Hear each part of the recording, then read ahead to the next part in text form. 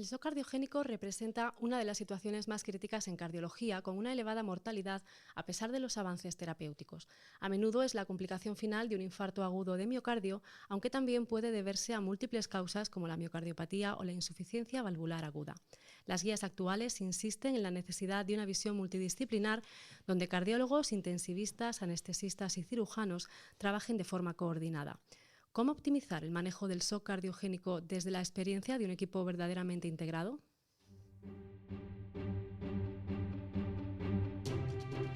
Cardio Podcast. Novedades científicas y actualidad clínica de la mano de expertos de la especialidad.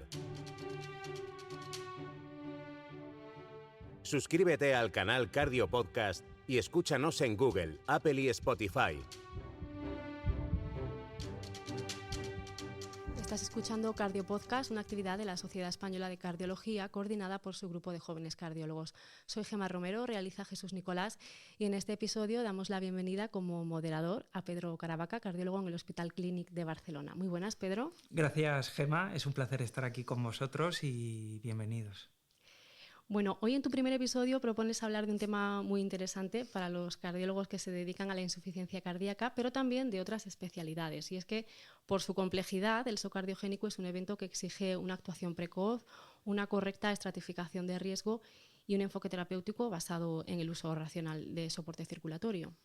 Así es, Gemma. El shock cardiogénico es un reto clínico y organizativo pues, que sigue generando muchas preguntas.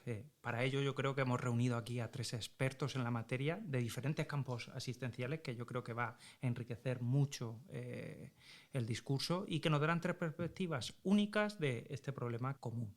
Vamos a empezar, yo creo que repasando su detección y evaluación, luego nos centraremos en cómo el equipo multidisciplinar, cardiólogos, cirujanos cardíacos y anestesistas, trabaja de forma coordinada, pues sobre todo para mejorar los resultados.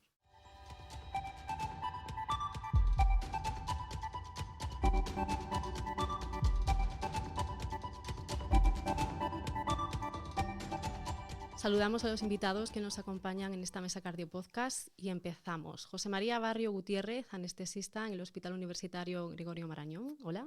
Hola, bueno, encantado de estar aquí. Laura Domínguez Pérez, cardióloga en el Hospital Universitario 12 de Octubre de Madrid. Bienvenida. Hola a todos, muchas gracias. Y Elena Sandoval Martínez, cirujana cardíaca en el Hospital Clínic de Barcelona. Un placer, Elena. Un placer, gracias por invitarme. Yo creo que vamos a comenzar desde el principio. Laura, José, desde lo más básico, ¿cómo definimos el shock cardiogénico y cómo lo detectamos precozmente en un paciente que comienza con síndrome y creemos que está evolucionando hacia una fase de shock? Bueno, pues con respecto a la definición del shock cardiogénico, es una condición muy grave en la que el corazón no puede bombear bien la sangre y no va a poder satisfacer las necesidades metabólicas del organismo. Es decir, que va a ser un fallo primario de bomba y no va a ser capaz de mantener, como hemos dicho, una buena oxigenación y una buena entrega de nutrientes al resto de tejidos. Es verdad que clásicamente se necesitaban 3 criterios para definir shock cardiogénico. Uno de ellos era el fallo de bomba, como hemos dicho, o bien por disfunción ventricular izquierda o derecha, o bien por una disminución del gasto anterógrado, por una valvulopatía severa o por una complicación mecánica. Y en este caso, pues el ecocardiograma y el electrocardiograma van a ser fundamentales. Luego se pedía otro criterio, y digo pedía porque este criterio ya se ha retirado, que es el de la presión arterial, el que hubiera una hipotensión arterial con una presión sistólica por debajo de 90 milímetros de mercurio durante aproximadamente 30 minutos, o bien que necesitásemos mantener esa presión pues, con soporte circulatorio o con drogas vasoactivas. ¿Y por qué se ha quitado este criterio? Me parece interesante un poco explicarlo, y es porque existen ciertos shock cardiogénicos que cursan con normotensión y son pacientes fundamentalmente que tienen resistencias vasculares sistémicas muy altas, que mantienen la tensión a expensas de vasoconstricción y que van a tener una alta mortalidad, y en parte es porque vamos a tardar más en diagnosticarles de shock cardiogénico por esa normotensión. Y el tercer criterio, que es el más importante, pues sería la hipoperfusión tanto tisular como bioquímica, ¿no? Y eso pues podemos verlo acercándonos al paciente, viendo si está sudoroso, si está pegajoso, si tiene livedo reticularis, y luego pues analíticamente si tiene deterioro de la función hepática, de la función renal o elevación de láctico, por ejemplo. ¿Cómo detectamos precozmente que el paciente, ¿no?, de una situación de relativa estabilidad, ¿no?, y más atendiendo a este criterio que puede tener incluso las cifras tensionales dentro de la normalidad, que está evolucionando hacia una fase de shock? ¿Qué datos o qué signos le prestéis más valor en vuestra práctica clínica? Bueno, yo como anestesista estoy acostumbrado a ver un shock cardiogénico con diferente etiología. Muchas veces simplemente se define el shock cardiogénico postcardiotomía como aquella imposibilidad de salir de circulación extracorpórea, ¿no?, y que se necesitan más de 2 fármacos vasoactivos o balón de contrapulsación para salir de bomba. Entonces, esto, y la causa de esto es que sea un fallo cardíaco. Esto lo vemos habitualmente con el eco intraoperatorio en quirófano, ¿no? Luego ya en el posoperatorio veremos esa situación de hipoperfusión similar al shock cardiogénico posinfarto o el que aparece en relación con miocardiopatía o valvulopatía, y lo que detectaremos será signos de hipoperfusión con saturación venosa mixta baja, hiperlactacidemia, oliguria, etcétera, ¿no? Sabemos que el shock cardiogénico no siempre tiene el mismo origen, sino que nos encontraremos diferentes fenotipos o escenarios clínicos. Laura, ¿podrías explicarnos cuáles son las principales causas en la práctica clínica, como pueden ser la descompensación de insuficiencia cardíaca o el infarto agudo de miocardio, o si el enfoque cambia en función del tipo de shock? Sí, claro, pues efectivamente, como tú dices, el infarto agudo de miocardio con disfunción ventricular severa es con mucho la causa más frecuente. Supone aproximadamente entre un 70 a un 80% de los shock cardiogénicos. Y si tenemos en cuenta pacientes que además han tenido o tienen una tormenta rítmica, o pacientes con complicaciones mecánicas en las que el shock no es tanto por la propia disfunción ventricular, sino por estas otras circunstancias, el porcentaje aumenta todavía más. Y sí, son pacientes que, como es todo muy agudo, van a entrar en shock pues de manera muy abrupta. Entonces el paciente hace escasos minutos u horas estaba perfectamente y de repente pues está prácticamente, literalmente muriéndose, ¿no?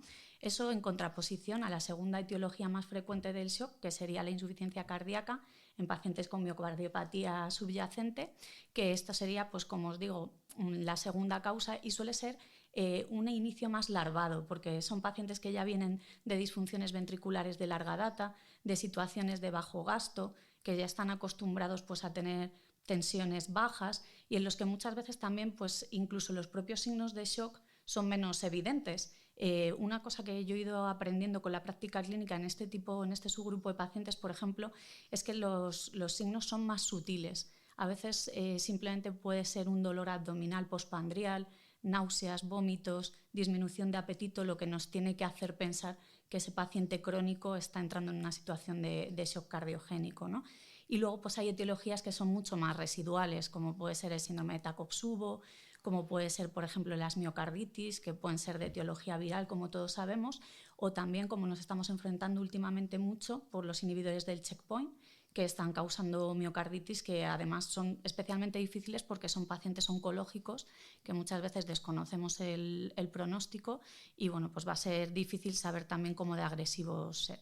Sin embargo, si nos vamos al escenario de los otros dos invitados, ¿no? Para ellos lo más importante y más relevante a lo mejor será el shock postcardiotomía, ¿no?, que es lo que más podéis ver en vuestra práctica clínica.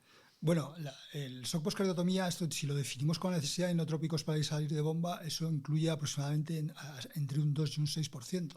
Lo que pasa es que hay un daño miocárdico que tiene que ver con la administración de cardioplegia, Elena lo sabe mejor que yo, y la circulación extracorpórea, que es un daño transitorio y que más o menos se resuelve en unas 24 horas. Pero luego existe un shock cardiogénico fetén, ¿no?, que muchas veces causado por isquemia miocárdica, porque no se ha podido hacer la revascularización coronaria que se pensaba, o por problemas técnicos quirúrgicos, que se ha obstruido un ostium al bajar una válvula, que el cirujano pues, ha estropeado alguna estructura cardíaca durante la realización de la cirugía. Entonces son cuestiones o escenarios que llevan a una situación de shock muy, muy especial, ¿no? No, totalmente de acuerdo, ¿no? No es lo mismo el shock postcardiotomía por isquemia larga, que sabes que lo asistes y en un par de días todo vuelve a ser normal, que el que has tenido una complicación técnica, que eso o lo arreglas o probablemente no vas a recuperarte sin terapias avanzadas. Entonces, yo en mi día a día pues tengo la suerte de poder gestionar otro tipo de shocks más médicos y evidentemente el postcardiotomía, ¿no? Pero sí que son pacientes distintos, ¿no? Tu manera de responder es muy diferente. Es decir, una gran variedad de escenarios clínicos que se pueden manejar de diferentes formas. Habrá un momento que haremos un tratamiento de la causa, en algunos se podrá resolver con una revascularización, en otros a lo mejor, ¿no? Como el que comentabas del paciente con insuficiencia cardíaca crónica, quizás refleja ya la fase final de la enfermedad que hay que activar rápidamente la estrategia de salida, y en el vuestro a lo mejor hay que tener paciencia y esperar o buscar otras alternativas. Entonces está claro que no todos son iguales, no tienen la misma gravedad ni evolucionan de la misma manera, ¿no? Para poder estratificar el riesgo y guiar el manejo disponemos de diferentes clasificaciones de gravedad. ¿Podríais explicarnos en qué consisten estas clasificaciones y cómo las utilizáis en la práctica clínica? Pues la clasificación fundamental que estamos utilizando ahora mismo es la clasificación de SCAI. Y esta clasificación básicamente lo que nos da es una serie de letras con respecto al nombre que va a tener en inglés. Va de la A a la E. La A sería un paciente que está en riesgo, la A de at risk en inglés. Es aquel paciente pues, que está en riesgo de sufrir un shock cardiogénico, como el propio nombre indica. La B vendría de beginning, es aquel paciente que ya está empezando a tener algún dato de shock cardiogénico, que está taquicárdico, que está con elevación de presiones. La C sería de classic, es el shock cardiogénico clásico, el FETEN, el que conocemos siempre, ¿no? Que ya tiene estos datos marcados que hemos hablado de hipoperfusión, la hiperlactacidemia, etc. Luego la D sería deterioring, ¿no? Que el paciente se está deteriorando. Y quizás el salto entre la C y la D podría venir en que es un paciente en el que ya hemos iniciado drogas vasoactivas y que a pesar de haber iniciado los fármacos, pues vemos que no está yendo bien, que se está deteriorando. Y la última letra, que sería la E, viene de extreme, que es el shock cardiogénico pues, que se da en pacientes que están o bien en parada circulatoria o bien en pacientes en los que ya estamos con una asistencia circulatoria. Esta sería la clasificación que más se utiliza ahora, por encima de la clasificación de Intermax que utilizábamos más antiguamente. Siguiendo lo que dice Laura, nosotros al menos en el entorno más posquirúrgico depende mucho el momento en el que veamos al paciente, ¿no? Si vemos un paciente, como si dijéramos, pre-soporte, nos basaríamos más en el SCAI. Tú lo sabes muy bien, cuando manejamos pacientes como candidatos a implantes de larga duración, sí que usamos Intermax, sobre todo 2-3 para afinar más. Y luego en el día a día del posquirúrgico, José me puede corregir si cree que me equivoco, pero creo que nosotros ya salimos normalmente entre el C y el E. Si salimos directamente soportados, podríamos decir que la mayoría son SCAI-D. De hecho, ahora hay mucha discusión sobre si el postcardiotomía todos tienen que ser SCAI-E o no, pero la mayoría de los que empezamos a tener dudas ya saldríamos de un SCAI-C. Entonces, es como muy difícil afinar tanto el postcardiotomía es directamente como... Es relevante, ¿no?, que esta clasificación nos va a dar la gravedad en el que está y también nos va a sugerir, ¿no?, el grado o el nivel de agresividad en la actuación que le tenemos, ¿no? En los estadios más iniciales a lo mejor podemos apurar o basarnos inicialmente en el tratamiento farmacológico, ¿no? Y conforme avanza la gravedad del shock, ¿no?, ya tendremos que plantearnos utilizar algo más, ¿no? Es un punto, ¿no?, que yo creo que es relevante en cuanto a destacar en la clasificación. Sí, totalmente de acuerdo, ¿no? Estados más iniciales, estás como más inquieto, pero bueno, médicamente dan margen, muchos evolucionan, como bueno, Laura lo explicará mejor que yo, pero estados más finales hay que decidir qué y cuándo, pero la mayoría de ellos probablemente se soportarán. Sí, sobre todo yo creo que es importante que en el A y en el B el estar ya con la mosca detrás de la oreja, ¿no? Sobre todo en el A, porque eso te va a permitir el estar pendiente del paciente y el adelantarte, el ir por delante en el shock cardiogénico, yo creo que es algo fundamental. En el B, pues muchas veces lo que te permite es que el paciente está lo suficientemente estable como para ir pensando. Si este paciente al final necesita un soporte circulatorio, ¿qué vamos a hacer con él? Entonces te da el suficiente tiempo, por ejemplo, para hacer pruebas de imagen, un TAC, para ver los accesos, etcétera, cosa que no pasa en otros estadios más avanzados, ¿no? Como puede ser el E, en el que sabemos que el único soporte circulatorio que vamos a poder implantar en ese escenario ya sería un ECMO venoarterial. Es importante ver un poco el escenario en el que estamos. Si es un paciente con cardiopatía isquémica y lo que necesita es que le revascularicen, ¿no? O es un paciente con miocardiopatía, o es un paciente que no sale de bomba y tiene una disfunción ventricular severa, y entonces habrá que actuar de manera diferente. Yo creo que los escenarios son diferentes y las necesidades también. Una vez identificado el shock y valorada, ¿no?, su gravedad, surge una cuestión importante, y es cómo conseguimos una valoración hemodinámica precisa. Si bien no es imprescindible para hacer el diagnóstico de shock el empleo de una hemodinámica invasiva, aquí entra el juego diagnóstico, sobre todo con el uso del catéter de Swan-Ganz, que sigue generando pues, opciones divididas. ¿Qué utilidad práctica le veis al catéter de Swan-Ganz y en qué escenarios o qué situaciones lo utilizáis y qué problemas veis en su empleo? Yo creo que el catéter de Swan-Ganz ha tenido un largo viaje a partir de los últimos 50 años, ¿no? Realmente, yo cuando empecé en esto se ponía catéter a todos los pacientes, y esto ha disminuido considerablemente a lo largo de los años porque múltiples estudios han demostrado que no aportaba beneficios. Sin embargo, estudios más actuales, sobre todo en relación con el manejo del shock cardiogénico, incluso no en el ámbito quirúrgico, sino en el ámbito de la cardiopatía isquémica, ha demostrado que el uso del catéter de arteria pulmonar es beneficioso, ¿no? Y que disminuye la mortalidad, sobre todo en aquellos pacientes en estadios SCAID, D y E, ¿no? O sea, en los estados más graves, ahí sí se beneficia de un tratamiento guiado por el catéter, ¿no? Es decir, para todos diríamos que no. Hay que seleccionar a qué paciente se beneficia de su empleo, ¿no? Y tú, Elena, ¿qué datos necesitas, ¿no?, a la hora de activarte para tomar alguna decisión? ¿Qué buscas en el catéter de Swan-Ganz y en el estudio hemodinámico invasivo? O sea, yo en mi día a día creo que es una herramienta muy útil. A nosotros, por ejemplo, te da mucha información visual, sobre todo de tendencias. Te permite, pasando casi por delante de la habitación del paciente, hacerte una idea un poco de cómo está. Más que un número puntual, evidentemente siempre miramos que el gasto sea correcto, pero es la tendencia, te da indicación de la congestión, de si responde a las terapias que le has aplicado.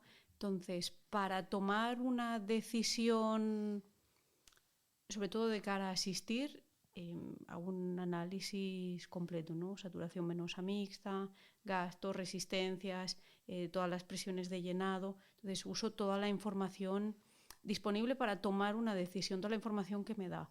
En el manejo, una vez establecido las tendencias y hacia dónde vamos, me dan mucha información. Sí, nosotros yo creo que como centro trasplantador y centro de referencia en hipertensión pulmonar utilizamos también mucho el catéter de Swan-Ganz, ¿no? Me parece una herramienta que es completamente necesaria a la hora de evaluar un potencial candidato a trasplante cardíaco para ver si hay una contraindicación porque, por ejemplo, tenga una hipertensión pulmonar que sea prohibitiva, o en pacientes con hipertensión pulmonar en los que queremos ver si están respondiendo al tratamiento que estamos iniciando. En el propio shock cardiogénico, cuando tienen una patología respiratoria muy importante, es fundamental que veamos si están distresados o no en función de la PCP que tiene el paciente. Incluso para el diagnóstico de shunts intracardíacos también es una herramienta muy valiosa, y por tanto estoy completamente de acuerdo con mis compañeros que cuando se utiliza en manos expertas, no de una manera rutinaria efectivamente, pero sí cuando, por ejemplo, en el shock cardiogénico han fallado otros tratamientos, es algo que es de muchísima utilidad. Claro, ¿no? Podemos resumir que nos va a dar información muy precisa sobre las presiones de llenado, el grado de perfusión, que nos va a permitir graduar y saber cuál es la gravedad del shock, poder distinguirlo de otros escenarios donde a lo mejor no predomina el shock cardiogénico, y también muy importante, como apuntabais, ¿no?, el poder monitorizar la respuesta a los tratamientos. Y en aquel caso que tengamos que pensar, ¿no?, en opciones más avanzadas como es guiar el soporte mecánico, nos va a saber qué tipo de asistencia de forma precisa le tenemos que dar al paciente si predomina el fallo izquierdo sobre el derecho o si presenta fallo biventricular.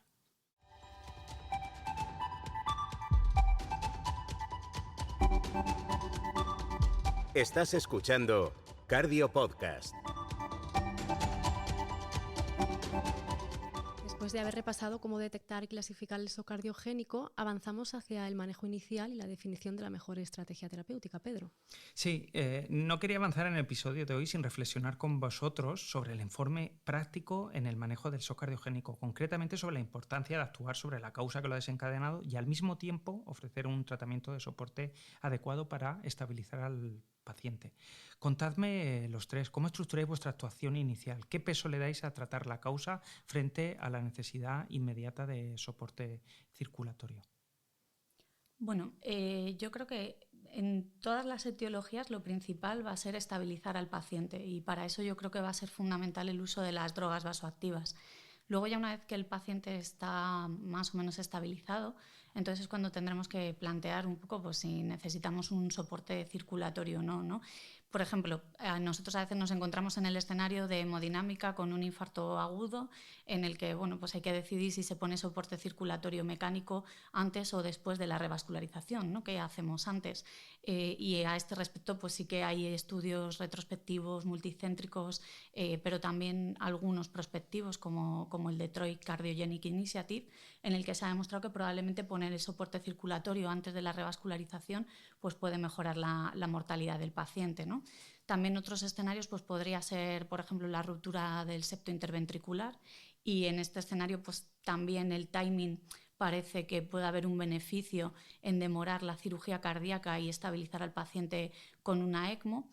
Si bien aquí, pues no sé si estaréis de acuerdo conmigo, puede haber un cierto sesgo de selección, ¿no? Porque al final aquel paciente que llega a cirugía con la ECMO muchas veces es el que no se nos ha muerto por el camino. Pero bueno, existe esta tendencia también actualmente a intentar llevar al paciente un poquito más tarde para que los cirujanos podáis coser mejor, con tejidos menos friables, etcétera, ¿no? Yo creo que al principio son como dos líneas paralelas. O sea, tú tienes que mantener vivo al paciente, como decía Laura, medicación, soporte, pero tienes que saber qué estás tratando. Porque José lo puede decir, si yo le ligo el tronco en el quirófano o le hago un bypass, o por mucho que lo asista, el señor nunca o señora nunca saldrá del quirófano vivo. Entonces creo que de entrada son dos, no son excluyentes. Tú mantienes vivo al paciente, lo soportas, lo asistes, lo tratas con lo que sea, pero tienes que saber qué estás tratando. Es muy importante, por ejemplo, como decía Laura, ¿no? Si tiene una CIV, hay que cerrar la CIV, porque si no, no va a ir bien. Si tenemos un problema técnico en el quirófano, hay que solucionarlo o decir, bueno, es esto, no lo puedo arreglar, ¿por dónde vamos? Pero hay que saber, yo creo, en mi opinión, qué estamos tratando para saber, sobre todo más allá del momento agudo, qué opciones tenemos. Esa doble actuación, tratar la causa y darle al paciente el soporte necesario para que pueda mantener el funcionamiento hemodinámico del cuerpo. La excepción a todo esto sería el taponamiento cardíaco, ¿no? Donde yo creo que la actuación es rápida, suele ser resolutiva, ¿no? Y entonces yo creo que ahí no hay que perder el tiempo, ¿no? E ir directamente a solucionar el problema, ¿no? Muy bien, y ahora enlazando con el soporte circulatorio, en los casos más graves en los que las medidas iniciales no son suficientes, surge la opción, ¿no?, de utilizar dispositivos de asistencia ventricular. ¿Cómo decidís en qué momento implantar una asistencia y qué tipo de dispositivos utilizáis habitualmente y cuáles son los factores, ¿no?, que tenéis en cuenta para elegirlos? Bien, una pregunta muy interesante. No sé, como Laura comentaba antes, ¿no? SCAI, que es paciente que está premortem o parado, lo más rápido de implantar yo creo que es una ECMO y aquí bueno, la mayoría de grupos estarán de acuerdo. En situaciones inferiores, creo que, o sea, de gravedad inferior, creo que es importante, sobre todo, qué tienes a tu disposición y con lo que te sientes más cómodo. Entonces, si el fallo es univentricular, yo soy más partidaria de dispositivos univentriculares, sabiendo también qué tienes en tu centro y qué otras comorbilidades tiene el paciente. Por ejemplo, si tú tienes un paciente extremadamente antiagregado, pues intentarás ir a opciones de soporte uni o biventricular, pero que te permitan la mínima invasión. Mientras que, bueno, si no tienes este hándicap, bueno, a lo mejor te planteas opciones más agresivas y creo que si lo sabes de entrada, hacia dónde va el paciente. Un paciente, por ejemplo, una ECMO RCP, bueno, pues es fácil, ¿no? Lo tienes que sacar del paro y y luego ya veremos dónde va. Un paciente que tiene lo que diríamos el acute on chronic, le intentas ofrecer quizá opciones más estables y de soporte más duradero, porque a lo mejor vas a un trasplante directo. Entonces intentas facilitarte también ese camino, siempre que te dé el margen. Sí, nosotros, como un poco la visión así del cardiólogo en el momento agudo, yo creo que eso que hay que distinguir, pues en aquel paciente en el que uno no puede pensar, si estás en la sala de hemodinámica y tienes un infarto chocado con drogas vasoactivas que no va bien, yo ahí creo que un poco por pasos, lo primero que me pregunto es si el paciente es potencialmente asistenciable por edad, por comorbilidad. Si llego a la conclusión de que sí, lo siguiente, como muy bien decía Elena, al final es necesito un ecocardiograma para tomar decisiones, porque necesito ver lo primero si tiene un trombo intraventricular que me va a condicionar no poder poner ciertos dispositivos de soporte como puede ser un Impella, o si tiene una complicación mecánica que también me va a condicionar, pues que a lo mejor si hay una rotura de un músculo papilar con mucha protrusión del músculo en la aurícula, no poner un dispositivo que succione. Luego me va a decir efectivamente si el fallo es uni o biventricular y hacia dónde tengo que ir, ¿no? Cuando el fallo es univentricular, de predominio derecho, pues como bien decía Elena, tendrás que saber si en tu centro tienes cánula Protect Duo o tienes un Impella RP, o si no tienes ninguno de los dos, si tiras hacia una ECMO venoarterial, o si el fallo es predominantemente izquierdo, ahí es donde yo me planteo en qué momento del shock estoy. Si es un shock que es circulatorio, es decir, estoy en el inicio del shock, probablemente con un Impella CP sí que sea suficiente, pero si estoy en un shock que ya es profundo, porque ha venido un paciente que llevaba horas en casa, por ejemplo, con dolor, y ya estoy en una fase metabólica del shock, el Impella se va a quedar muy corto. Y en ese sentido, por ejemplo, los gases me van a aportar mucha información, ¿no? Cómo está el láctico a la hora de decidir si me inclino hacia un Impella o me inclino hacia una ECMO, ¿no? Y otra cosa muy importante que tenemos que mirar siempre es el tema respiratorio, porque si el paciente tiene una situación respiratoria muy, muy mala en la que pienso que aunque yo le descargue con un Impella no va a ser suficiente, pues eso me va a decantar más a la elección de un ECMO venoarterial. No, habéis añadido, ¿no?, muchos datos, ¿no?, que podemos resumir en características del paciente, ¿no?, gravedad del shock, tipo o fenotipo de shock, uni, biventricular, ¿no?, y condicionantes que nos puede presentar el paciente que condicionen el empleo de un tipo u otro de asistencia ventricular. Avanzando, quiero entrar en el último bloque y hablar sobre, una vez que hemos hablado del manejo inicial y las estrategias terapéuticas, yo creo que es muy importante y por eso os he traído aquí a los tres para hablar de algo que marca muchas veces la diferencia en la evolución de los pacientes, que es el trabajar en equipo, ¿no?, lo que es el shock team. El abordaje del shock cardiogénico yo creo que requiere cada vez más de una visión multidisciplinar, coordinando a cardiólogos, cirujanos, anestesistas. En vuestro caso, Elena y José, ¿cómo organizáis en vuestros hospitales estos equipos? ¿Qué importancia tiene la colaboración entre diferentes especialistas en el manejo de estos casos tan complejos? Yo creo que es fundamental porque cada especialidad aporta su parte. Es decir, en el caso de Laura daría la visión cardiológica, José daría la visión de anestesia y yo la parte quizá más técnica. Entonces creo que es muy importante porque cada uno aporta su visión y lo que también es importante es ponerse en el sitio del otro o entender qué puede necesitar la otra persona o qué es lo que está viviendo. Por ejemplo, si Laura tiene un paciente con una CIV y ella quiere que yo lo opere, o sea, yo tengo que entender que a él le preocupa a ella, igual que ella va a entender que a mí me preocupa tener un material fiable y a José le va a preocupar de, bueno, cómo lo vamos a sacar de bomba y que sobre todo que no se desangre porque ha recibido una carga de algo. Entonces, si todos nos entendemos o nos ponemos un poco en el sitio del otro, creo que simplifica mucho el trabajo.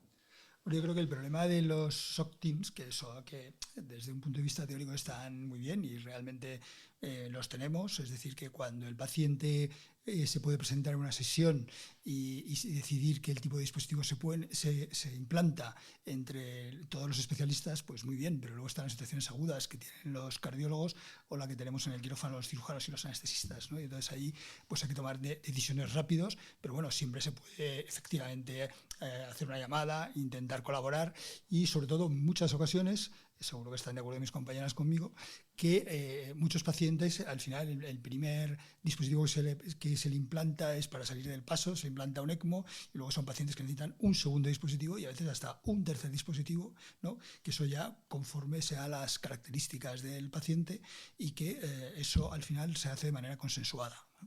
No, totalmente de acuerdo. Nosotros lo que intentamos es, como hemos dicho antes, en aquellas circunstancias en las que no te da tiempo a pensar, pues como muy bien has dicho tú, salir del paso, ¿no? Un poco con lo que pensamos que es lo mejor.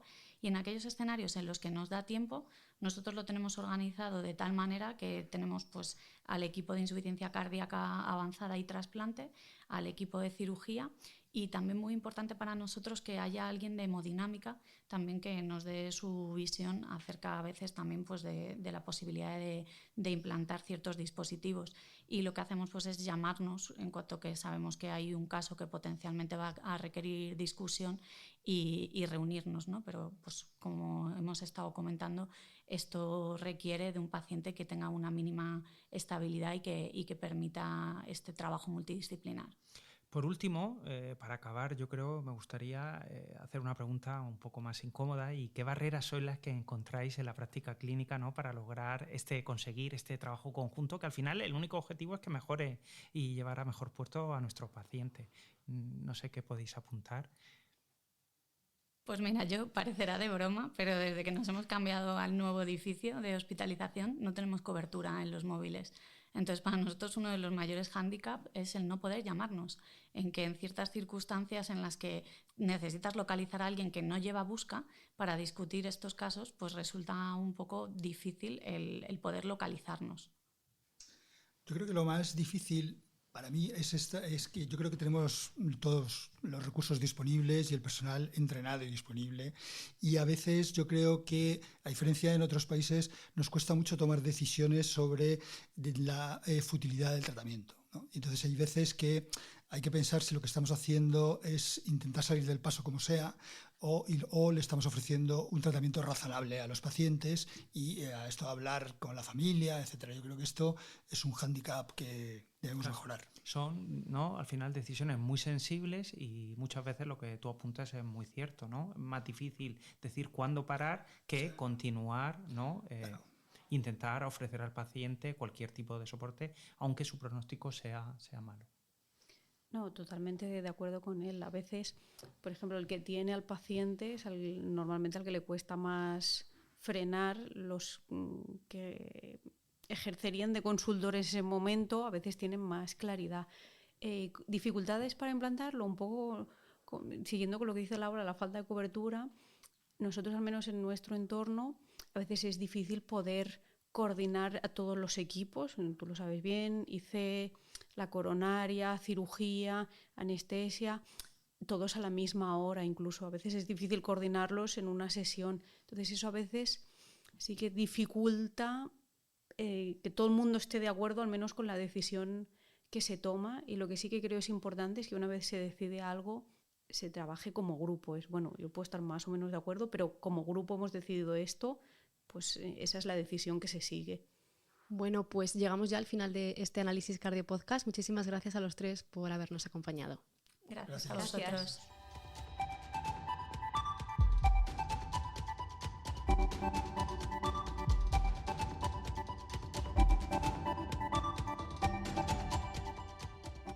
Y Pedro, ¿qué mensajes destacas como conclusión de esta puesta en común? Pues yo creo, Gemma, que me gustaría destacar 3 ideas clave para el manejo del shock cardiogénico. La primera, la importancia de detectarlo de forma precoz, porque estamos en una patología que claramente es tiempo dependiente. La segunda, yo diría que es la necesidad de fenotipar bien el tipo de shock que estamos enfrentando, ya que no todos los pacientes ni presentan el mismo perfil de shock ni evolucionan de la misma igual, y tenemos que avanzar en la medicina de precisión.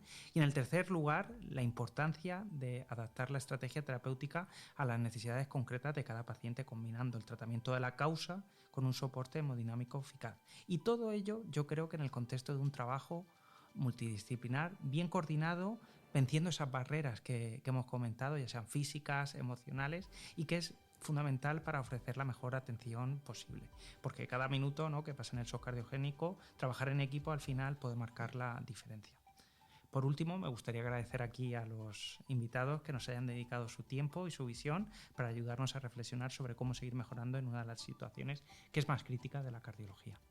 Pues muchas gracias, Pedro, por apuntar estas ideas. Añadimos este episodio a la playlist Cardio Podcast disponible en Spotify, Google y Apple Podcast. Y la bibliografía recomendada la dejamos para todos los oyentes en la web secardiología.es. En 2 semanas volvemos con un nuevo tema de análisis. Hasta el próximo episodio. Cardio Podcast, un programa de la SEC coordinado por su grupo de jóvenes cardiólogos.